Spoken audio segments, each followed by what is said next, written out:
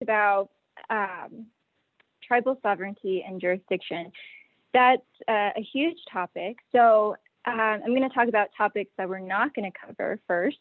And that is, we're not going to go in depth into the federal and tribal government history, like the assimilation period, the Reorganization Act period, the Self-Determination Act, and to present, where we're at federal government trying to support the self-governance of tribes more so. And then we're not going to talk about civil jurisdiction. We're only going to be focused on criminal jurisdiction today.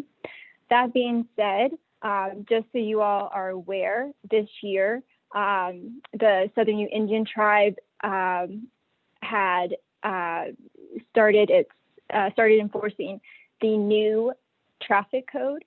And in that traffic code, it separates what offenses are civil and what offenses are criminal. So the traffic offenses that are civil will apply to Indians and non-Indians. And it applies to non-Indians on the Southern Indian Reservation if it's trust land and if the right-of-way is surrounded on both sides by trust land. So just so you know, don't go speeding through the Southern Ute Indian Reservation. You may get stopped by SUPD. And if it's a civil offense, you may get cited for that. Topics not covered. PL 280 jurisdiction. I'm not going to go too much into that. I will briefly discuss PL 290 and how that relates to PL 280, but I'm really not going to go into that either. What I am going to go into is the federal and tribal government relationship generally, and how that fits into our understanding of tribal jurisdiction here, in our tribal courts and also in federal court. And again, I'm talking about criminal law and jurisdiction. So as we talk about that general relationship, giving us that context, we're then going to go into criminal Indian law and jurisdiction generally, and what federal laws apply when we're talking about criminal jurisdiction. And then we're going to go through the jurisdiction analysis. Ultimately, the goals that I hope you walk away today with are, one, you have an understanding of that government-to-government relationship, and you have that understanding of criminal jurisdiction in Indian country. So first, we're going to start off with that government-to-government relationship, and we're also starts with the U.S. Constitution. The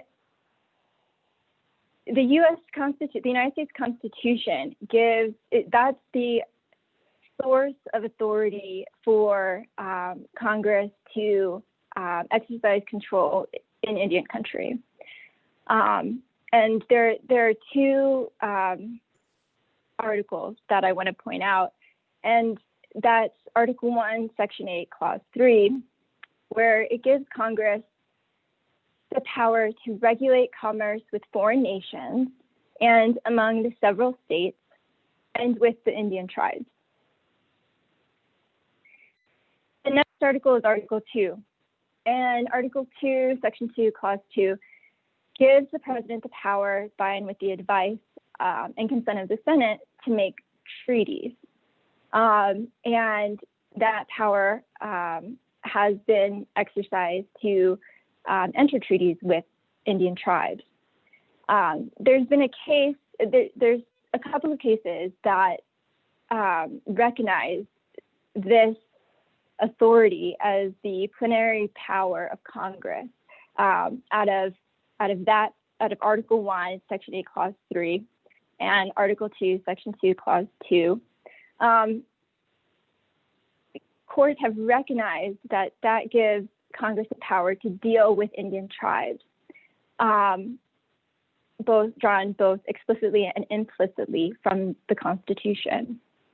And what's interesting about Article 1, let me just go back to it, is you see we have Congress distinguishing, or the Constitution distinguishing between foreign nations, states, meaning states of the Union, and Indian tribes. So here we have I guess you can say, a foundational understanding of tribal governments. So we have the Constitution distinguishing tribes, making them separate from states and foreign nations. And they're not completely a foreign nation. They don't possess the full attributes of sovereignty. But we do see in some cases where this fleshes out some more. So rather, they are a distinct independent political community, a separate people with the power to regulate their internal and social relations. So through that, so it recognizes them as a separate entity. And it's an entity that the federal government can interact with. And it's through that plenary power that Congress can limit, modify, or eliminate powers of self-government. As you see here, the courts recognize the power to regulate their internal and social relations. So, but through those two clauses that I mentioned, Congress can limit, modify, or eliminate those powers that Indian tribes otherwise possess, and we'll go more through that. And we get this first idea of domestic dependent nations out of Cherokee v. Georgia from the U.S. Supreme Court, and that was in 1831. And it's that domestic dependent nation that we're going to evaluate next. So, tribes aren't, like I said, fully sovereign, but they depend on the federal government. They're within the territory of the United States. And so let's look at that more. So federal and tribal relationship. The court in some cases have recognized a guardian-ward relationship. And it's also recognized a unique obligation toward the Indians. As said here, liken it as that of a ward to his guardian. Tribes are considered dependent nations and wards of the United States. And as an instance, what does that look like? For example, if there's legislation that may apply special treatment to Indians, it has to be rationally tied to the fulfillment of Congress's unique obligation toward the Indians. That's what the Supreme Court said in Morden. In Morden, the court was looking at an employment preference within the Bureau of Indian Affairs. And the court said that employment preference was reasonable and rationally related and designed to further Indian self-government. So you see that mentioned in not just that case, but in another case that we'll look at as it relates to applicable criminal law in Indian country. So taking a look at this unique obligation. One example is the United States versus Shabana. It's a 10th Circuit case, and it's a really recent case, 2011, relatively recent. And the court addresses a couple of different issues in that case. One of them I want to point out, and that's the equal protection challenge to the domestic assault by a habitual offender charge. For those of you who do not know, if an Indian or Native commits a domestic violence offense here within the exterior boundaries of a reservation, and they have 2 prior convictions of domestic violence, whether that be in state court or tribal court, they can be charged federally with this statute. So we have a defendant who is charged with this habitual offender statute. And he's making the claim that the statute singles out Indians for prosecution on the basis of prior tribal convictions, resulting in disparate treatment. And, resulting in disparate treatment. And the court found that there was no equal protection violation. And they based it on two things. First, Indian is not a racial classification, it is a political one. Tribes have their own political institutions. Federal regulation of tribes is governance over a once sovereign political community and not over a racial group consisting of Indians. And then second, the court reviewed the legislation for a rational basis. So similar to Morden, when Morden was evaluating the employment preference, the court reviewed that legislation, the statute for habitual offenders, for a rational basis. As long as the special treatment can be tied rationally to the fulfillment of Congress's unique obligation toward the Indians, such legislative judgments will not be disturbed. And what did the court find in this case? Well, it found that the legislation was rationally tied to that fulfillment of that obligation. And this is what it specifically said. It said, protecting Indians from domestic violence is unquestionably a legitimate government interest. Congress has found that Indian women are subject to physical and sexual abuse at higher rates than other groups in the United States. The government also cites to evidence that domestic abusers are prone to recidivate. A criminal statute which targets recidivist abusers for enhanced punishment is rationally tied to Congress's legitimate interest and indeed obligation to protect Indians. So I wanted to point out that, and I think the footnote in this case kind of sums it up pretty well as to how this relates to the context of jurisdiction. So in footnote 9, going back to that Cherokee Nation case and the Kagama case, this Shavanah court in footnote 9 cites to those cases, saying Congress's unique obligation flows from the relationship between Indians and the United States, which resembles that of a ward to his guardian. On the basis of Congress's obligations to the Indians, the Supreme Court has upheld federal jurisdiction over crime by reservation Indians. So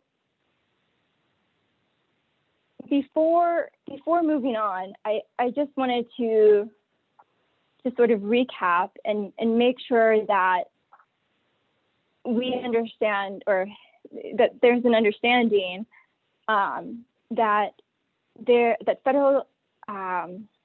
is federal jurisdiction in Indian country, and the source of that authority comes from case law, but also it comes from the Constitution itself and that plenary power of Congress to deal with tribes, to have that obligation and have that obligation of protection and safety. And so that's where, that's some history behind it. Like I said, because we only have an hour here, I really didn't go into depth in this, but I just wanted to make sure that before we move on that, there's some understanding of that. And also, going from this, we're going to talk about where does tribal jurisdiction come in? Where does that authority come into play? And we're going to go into that next. So, and actually, before we move there, there was something mentioned yesterday that I just wanted to touch on really fast. So the federal government recognizes a tribal government. There's a government-to-government relationship between the federal government and the tribal government. And during this period of self-sufficiency, of self-governance, a lot of tribes have taken up and taken on their own departments, their own services to the community within their reservation boundaries. So that includes, they have a Department of Education, they have social services, police department, natural resources, housing, pretty much, everything that you will find in a local government, the tribal government will have or have the authority to take over from the federal government. So, if BIA is performing the services of social services on the reservation, that could be the case, or maybe the tribe has taken over that responsibility and is operating their own social services department. So I just wanted to make sure that everybody knew, that the tribal government is as sovereign as, a local government, state government, federal government when it comes to regulating internal affairs of the tribe. So I just wanted to make note of that. And that comes up more with this inherent tribal sovereignty.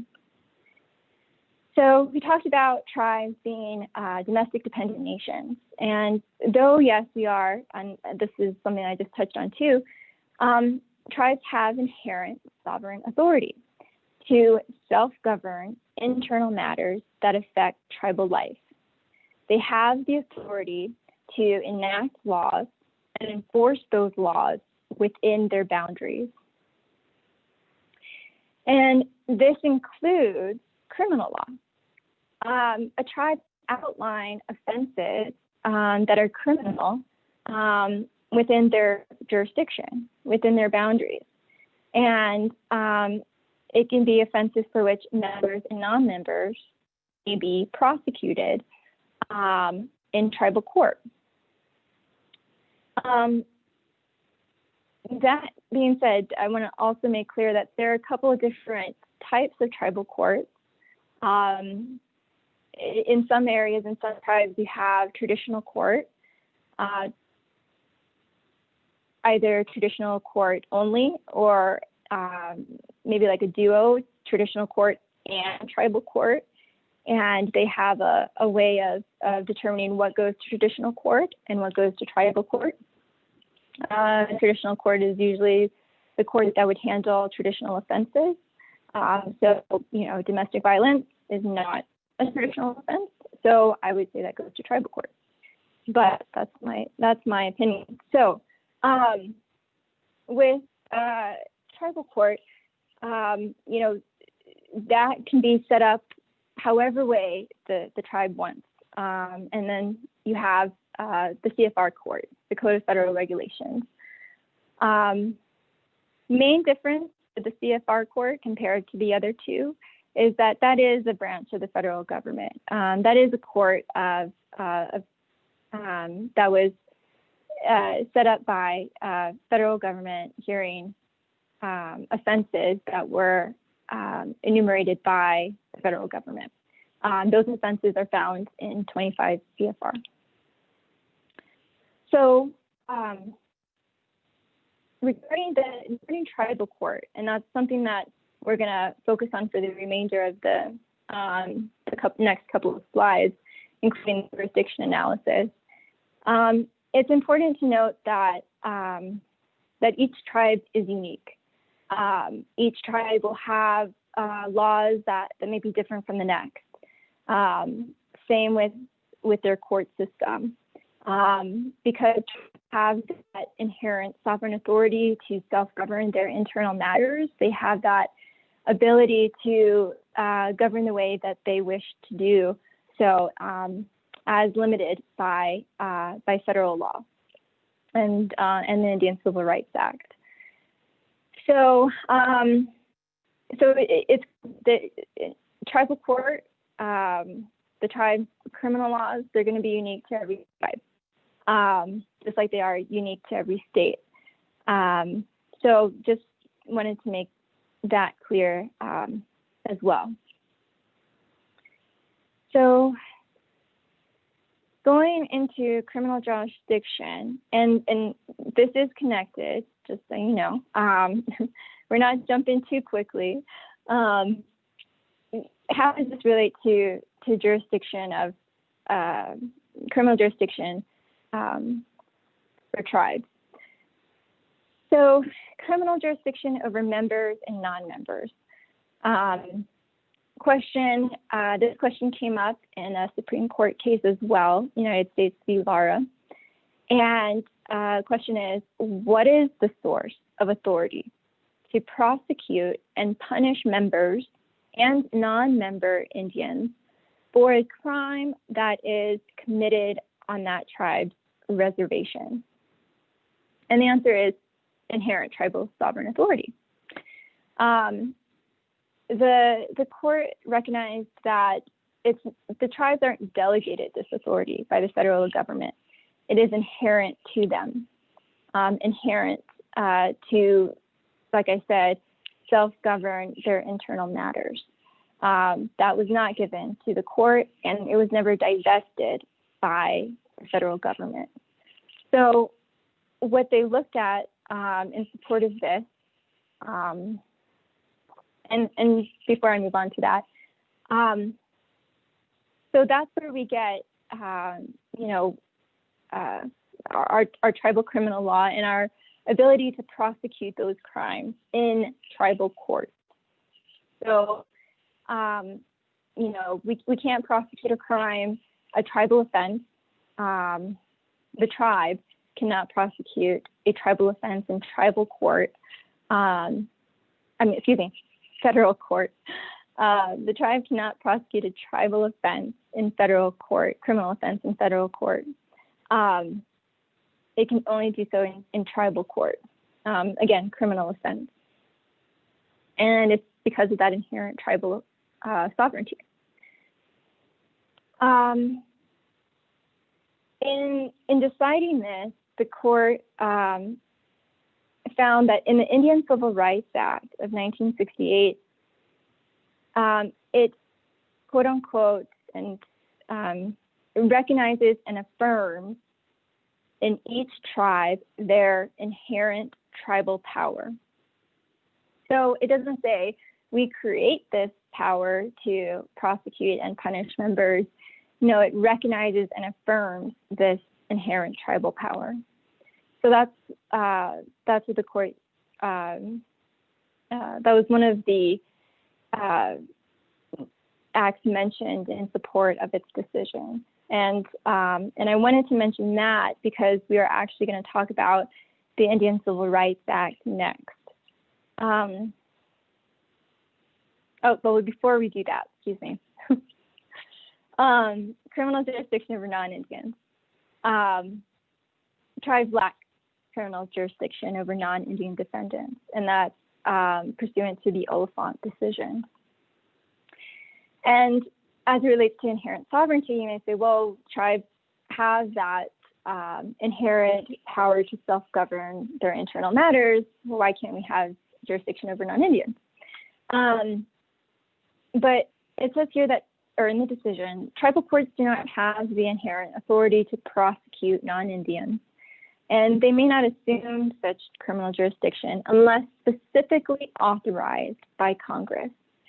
So in saying that, it was recognized that tribes, when they were colonized, the tribes never had jurisdiction, criminal jurisdiction over non-natives as part of their inherent authority. I mean, that was the opinion at the time, and so it has to flow from Congress.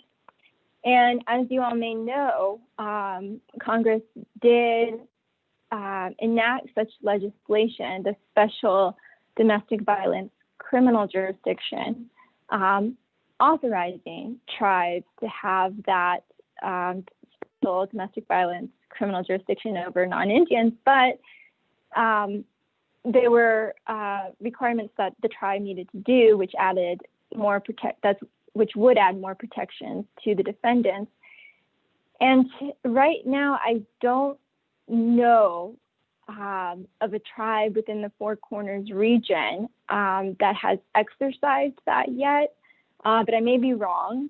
So please let me know. I would love to hear how that is going. But that's how we got or one of the ways we received the special domestic violence criminal jurisdiction through Congress, specifically authorizing this jurisdiction. But for now, generally, the inherent authority to prosecute non-Indians is not with the tribe. And in order for tribes to have, and again, I'm talking about criminal jurisdiction, and in order for the tribes to exercise that type of criminal jurisdiction, has to be specifically authorized by Congress. But we do have the power to exclude non-Indians. Tribes do have the power to exclude non-Indians from what would be considered Indian country, unless federal law grants the non-Indian a right to be there. So, for example, and I know other tribes have done this as well. Here we have a process and a way to exclude non-Indians from the reservation. And that is a civil process, not criminal. Not going too much into it, tribes have that civil jurisdiction over non-Indians, not criminal, and it's jurisdiction if the matter impacts the tribe's ability to govern in their reservation for health, safety, economic well-being, that kind of thing. But we're not going to go into that today. So, Indian Civil Rights Act. As I mentioned, tribes have this authority to enforce their laws, to create these criminal laws, to enforce and prosecute offenses, violations of that law in tribal court, and to the extent limited by Indian Civil Rights Act. The Indian Civil Rights Act does a couple of things, and one of those is applying some, but not all, the Bill of Rights, due process rights. It recognizes that the Bill of Rights do not apply to Indian tribes, and so this applies them, but there's some main differences. Main differences are the right to counsel, but at your own expense. The tribal government will not provide one on your behalf if you're not able to afford one. Another difference is there's no right to a grand jury indictment. Some of the other rights you may be familiar with do apply, and I can go through a list of them here. So the right to the equal protection of tribal laws, the right not to be deprived of liberty or property without due process of law, the right at his own expense to have the assistance of counsel for his defense. So you have the right to the assistance of counsel, but at your own expense. the right against unreasonable search and seizures, right not to be twice put in jeopardy for the same tribal offense, the right not to be compelled to testify against oneself in a criminal case, the right to a speedy and public trial, right to a trial by jury, not less than 6 persons, the right to be informed of the nature and cause and accusations of the case, right to confront your witnesses and have witnesses on your behalf, and the right against excessive bail. So you may recognize those, as those are also applied in state, except you are appointed counsel if you're not able to afford one in state. So that's the main differences, those 2 main differences. And what it also did is it limited, so all of those rights I mentioned apply to defendants in tribal courts. And what the Indian Civil Rights Act also did is that it establishes sentencing limitations or guidelines. And under this act, for any one offense, a tribe may not sentence more than a year in jail, more than a $5,000 fine, or both. Excuse me, I'm just drinking some water. So for any one offense, those are our max sentences. And, it could be from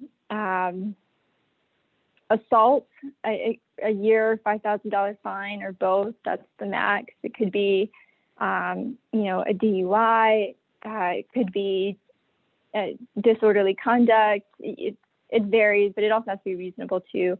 I don't think it's reasonable for a year for disturbing the peace, that kind of thing. But anyways, ICRA establishes sentencing limitations. And then the Tribal Law and Order Act sentencing guidelines were incorporated into ICRA. The Tribal Law and Order Act amended the Indian Civil Rights Act. And what it did is a couple of things. With the sentencing guidelines, it expanded the tribe's jurisdiction. So for any one offense that was over the year period, the sentence was not to exceed 3 years or a fine greater than $15,000 or both. And in order to actually have this jurisdiction, in order to actually sentence somebody to 3 years of jail or fine them $15,000, the tribe would have to provide other protections for the defendant. And within the Four Corners region, like I said, for the special domestic violence criminal jurisdiction, I don't know if anybody has exercised this type of jurisdiction. If you do know of a tribe that in this area that has, let me know. I'd be interested in seeing how that's working. So I'm going to skip over this for a little bit, only because I'm going to cover it at the end, and mainly because I also want to get to the jurisdiction analysis within our time. So I'm going to jump. But before I do that, the habeas jurisdiction in federal court as a remedy. So ICRA establishes habeas jurisdiction in federal court as a remedy to someone who may have been sentenced or is under cruel and unusual punishment from the tribe, sitting in detention or whatever it may be. ICRA provides a way to get an action in federal court for that defendant. Okay, so before we go into an analysis of who has jurisdiction in Indian country, we're going to talk about the applicable law, applicable federal law in Indian country for criminal activities. You have Major Crimes Act, General Crimes Act, Assimilative Crimes Act. For the Major Crimes Act, it provides criminal jurisdiction over Indian offenders for murder, manslaughter, kidnapping, maiming, Chapter 109 offenses, sex crimes, incest, felony assaults under Section 113. So, for example, assault with a deadly weapon, assault with the intent to cause bodily injury, assaults resulting in substantial bodily injury or serious bodily injury. There's a list under that section. Felony child abuse or neglect, assault against individual over the age of 16, arson, burglary, robbery, and a felony under Section 661. So the Major Crimes Act applies, it was enacted to cover Indian offenders. So, if you're out in state and you're non-native and you're not in Indian country, and you commit, felony child abuse or neglect, you'll likely be prosecuted in state rather than federal because the Major Crimes Act does not apply to that charge. But there's always an analysis to it. General Crimes Act, they apply crimes of general applicability. So regardless if you're an Indian or non-Indian, you can be subject to the federal law. Just because you're in Indian country or not in Indian country, or regardless of whether you're an Indian or non-Indian, it would be illegal to engage in human trafficking or distribute and sell, methamphetamine. So, those are crimes of general applicability. And then Assimilative Crimes Act, applying state law as a gap filler when no applicable federal offense is available and no state jurisdiction. So essentially what it does is if there's a crime or a statute in state, and for example, in some of our cases, it could be criminal trespass.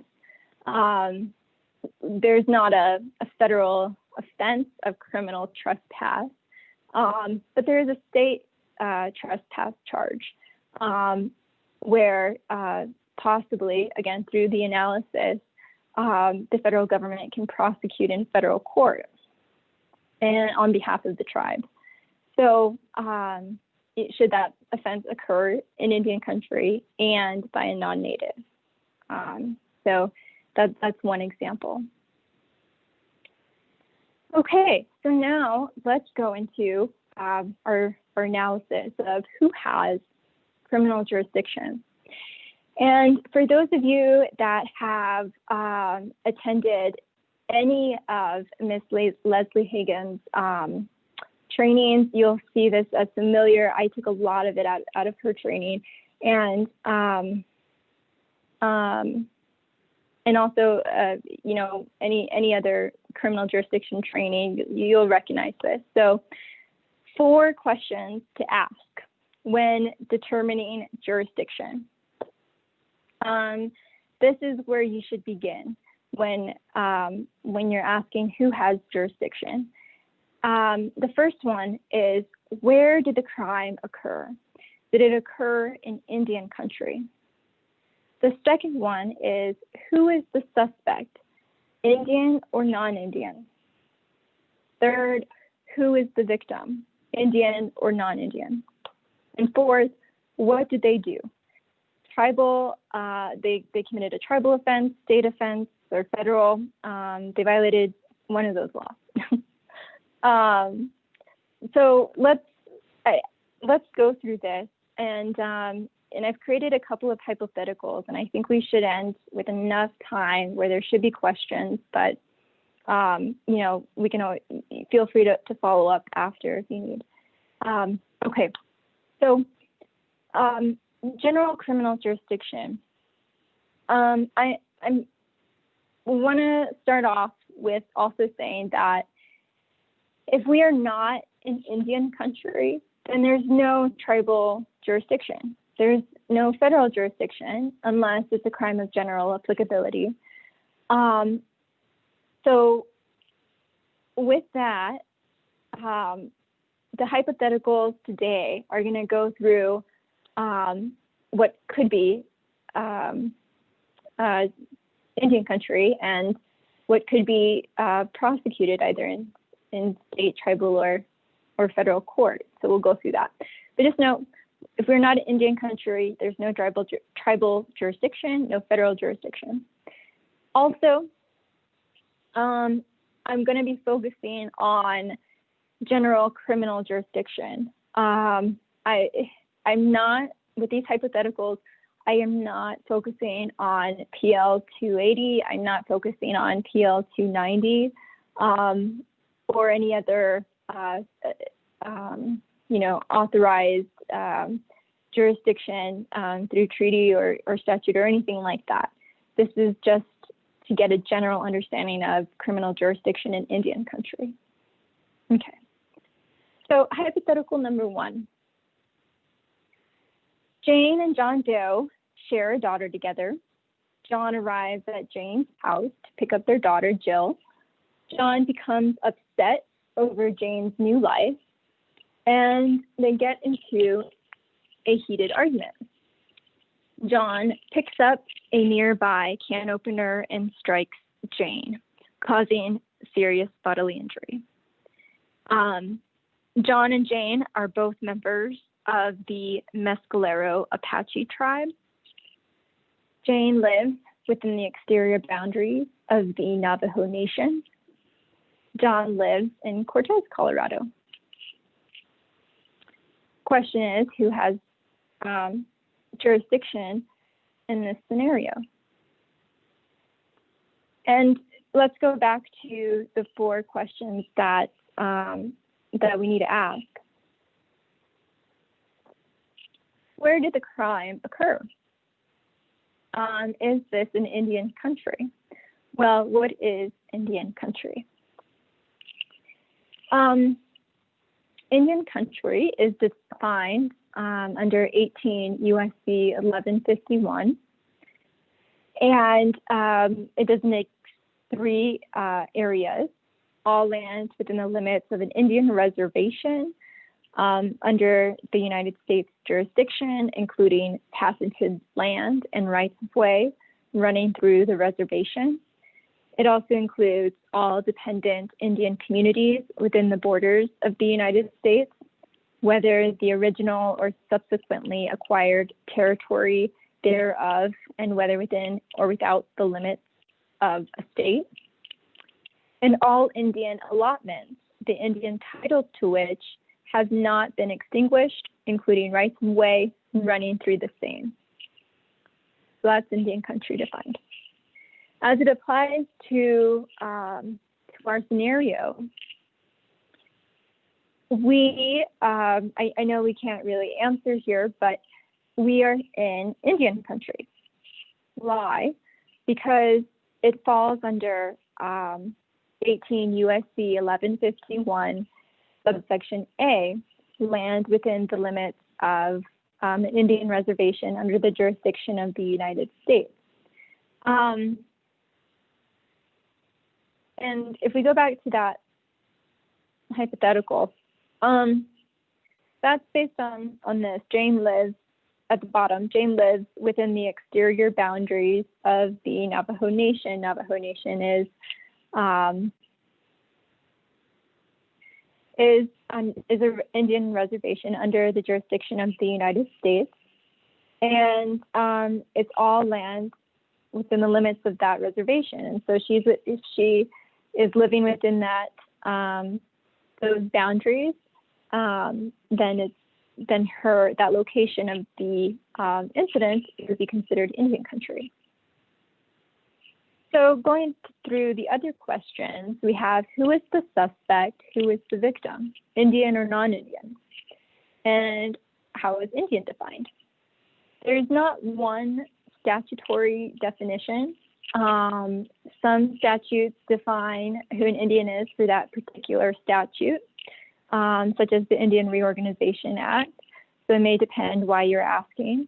But for criminal purposes, we have Morden v. Mankari, where it's some degree of Indian blood from a federally recognized tribe, and individual is recognized by the federal government or tribe as an Indian. So two prongs. You need that some degree of Indian blood from a federally recognized tribe. You may not even be enrolled in it, and we'll get to that in a sec. And the individual is recognized by the federal government or the tribe as an Indian. Okay. So we have some other scenarios in the ex parte Pero case where there's some other factors involved. There's is there preponderance of Indian blood? What are the habits of that person? Do they participate in traditional tribal activities?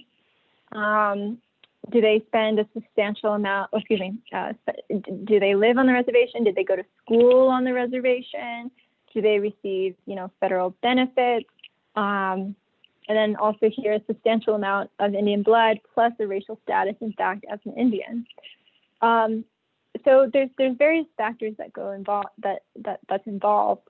Even though a person may not be enrolled in a tribe that's recognized by the federal government, that individual can still be considered an Indian if they, say, receive federal benefits from the Indian Health Services, education from the reservation. It's other factors involved in addition to that some degree of Indian blood or preponderance of Indian blood. So, in our hypothetical, let me go back. In our hypothetical, we have Jane. Jane is the victim, and she's from the Mescalero Apache tribe.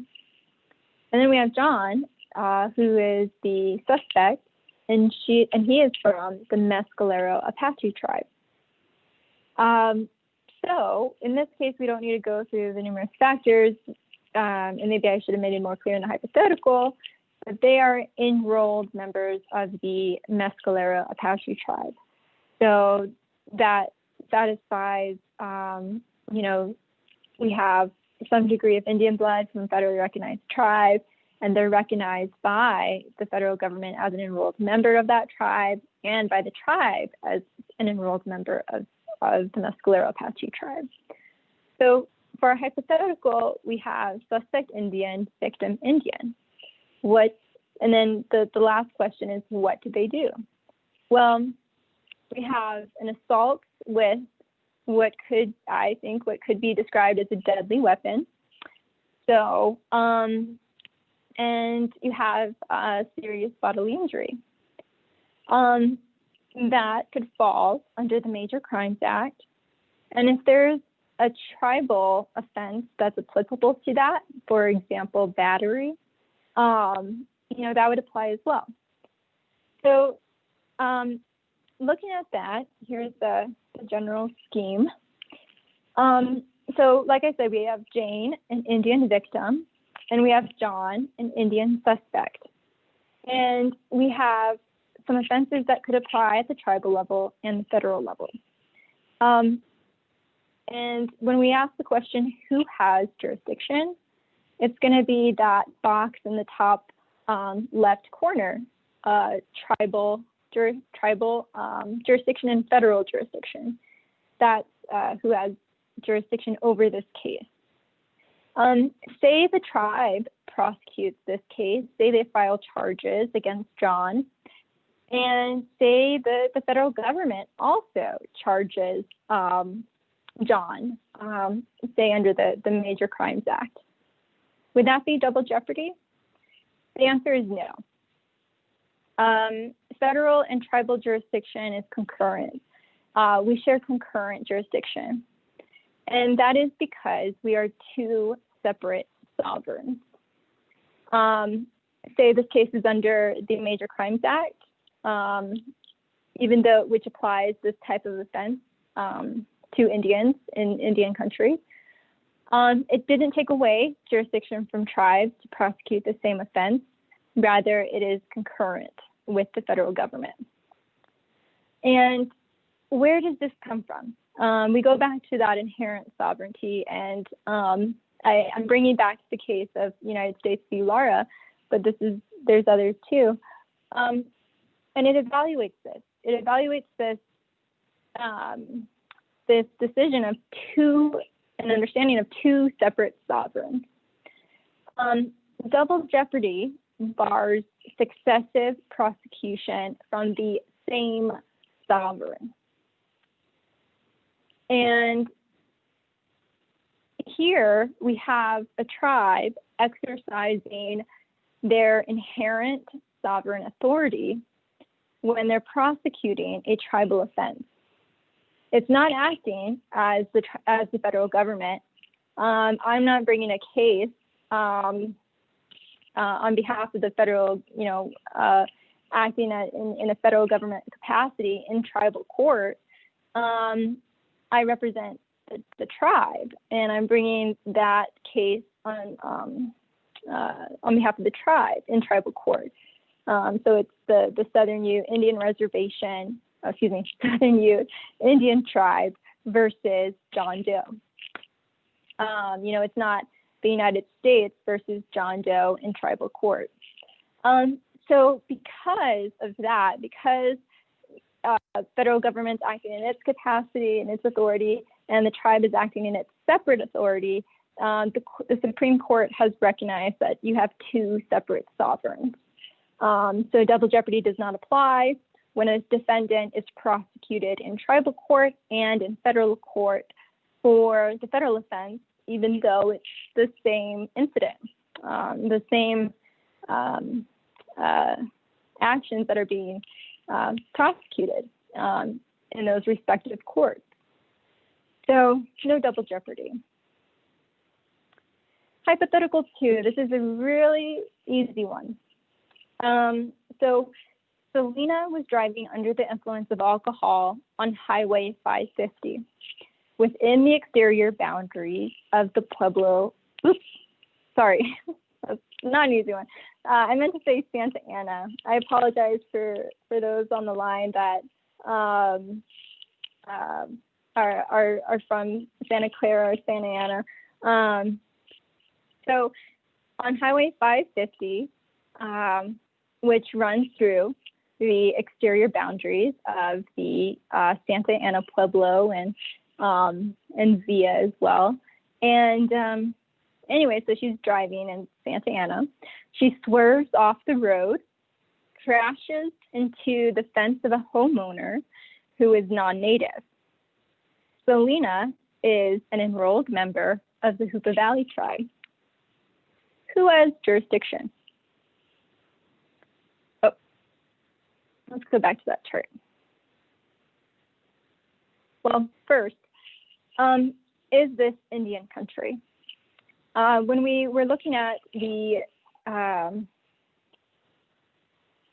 what was defined as Indian country, we learned that it includes right-of-ways that go through the reservations. And let me go back to that specific, but I don't want to go back all the way. So it specifically says, all lands within the limits of any Indian reservation under the United States jurisdiction, including rights of way running through the reservation. So are we an Indian country? Yes. Is the suspect Indian? Yes, she is. She's an enrolled member of the Hoopa Valley tribe. And who is the victim? Well, the victim is non-native. And the last question is, what was the type of offense? And that could be a tribal offense, driving under the influence, possibly criminal damage to property, reckless driving, and who ultimately would have this jurisdiction. So because you have an Indian suspect and you have a non-Indian victim, and you're in Indian country, and there's an applicable tribal offense, that would be tribal. And you also have, if you look at the chart, you have non-Indian victim, top right of the box, and then you have an Indian suspect. So you have that tribal jurisdiction. If we go back, is there a federal offense for a simple, DUI crashing into the fence of a homeowner? I do not know of any, but I could be wrong. And so, regardless, and we'll go into this a little bit more, with this, I guess the visual of who has jurisdiction, if there's an Indian suspect, you're going to have tribal and federal jurisdiction, depending on what offenses are available to charge and prosecute. Now, say we take the same scenario. What if Selena is non-native and there was no victim? So she was just driving under the influence on Highway 550 within the exterior boundaries of Santa Ana Pueblo, and she simply swerved and got stopped by law enforcement, so no victims. That's going to be state jurisdiction. If we look up here, so we're saying that Selena is now non-native, so we look at the bottom right, and even though it's a victimless crime, that's treated as a non-Indian victim when we're talking about jurisdiction and asking about it. So it's treated as a victimless crime. It can be treated as a non-Indian victim. And so state would have that jurisdiction. And this would not fall under the General Crimes Act, just, the simple DUI. Now, what if Selena is non-native? So in this changed scenario, what if she's non-native and she went into the other lane and killed the driver of the oncoming vehicle? And that driver is Indian. Who has jurisdiction?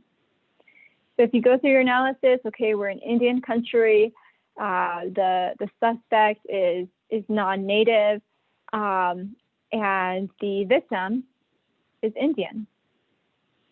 Who has jurisdiction? And the crime that would apply is federal. So it's, oh wait, let me move this. There we go. So again, so in the bottom left box, you have non-Indian suspect and Indian victim, and that goes into federal jurisdiction. And why? It's because we're in Indian country. Let's see. Okay, so quickly. Oh, I'm so sorry. Okay, let me jump. I'm already out of time. I apologize for that. So you get the idea. And I can, I'll fix that mistake in my slide and we can send these slides out. But having this chart really helps to identify who has jurisdiction. And very briefly, I'll just go into this Tribal Law and Order Act and Special Domestic Violence Criminal Jurisdiction. So as I mentioned before, we have the Tribal Law and Order Act amending ICRA, and it applies greater penalties. Those additional protections of the defendant include providing the defendant with the right to effective assistance of counsel, at least equal to that guaranteed by the Constitution, and then at the expense of tribal government, provide that assistance if for an indigent defendant. And then also you need a judge presiding over the criminal proceedings that's legally trained and licensed, maintain a record of the criminal proceeding, and the tribal criminal laws have to be public. So those are some additional requirements there. And like I said, I don't know if many tribes have enacted that yet. So, and then you have the special domestic violence criminal jurisdiction, again, providing additional protections to defendants pursuant to that. Those are found at 25 USC section 1304. And the specific crimes on that are, that can be prosecuted under that jurisdiction are domestic violence, crimes of domestic violence, dating violence, and criminal violations of protection orders. So that's the general information on that. And then the last two slides apply specifically to the Southern Ute Indian Reservation. So that's Public Law 290. And what's unique about this is that, so it says the tribe has jurisdiction over all territory within the exterior boundaries of the reservation as established in the Bruno Agreement, which was ratified in 1872 and is added thereto. And then the state of Colorado shall exercise criminal and civil jurisdiction within the boundaries of the town of Ignacio and any other municipality which may be incorporated under Colorado law within the reservation, as if the state had assumed PL 280. So what does that mean? It means that within the town limits of Ignacio, state and tribe have concurrent jurisdiction. There is a general understanding that state handles felonies and the tribe handles misdemeanors. That's just a general understanding. That's not in a written agreement, and that's not in, in 290, because 290 grants concurrent jurisdiction, but it's a general understanding between the state and the town. And there's no federal jurisdiction over Indian suspects and non-Indian suspects within the town limits of Ignacio. So that's, that's something unique compared to what we've been looking at. And then within the reservation, over a non-Indian suspect, if the incident occurred on fee land, it's state. If the incident occurred on trust land, it's federal. So, that's something more unique. Thank you everyone for staying and being here, especially after 1 p.m. So if you have any questions after this, please don't hesitate to email me any questions on this or give me a call. And thank you again.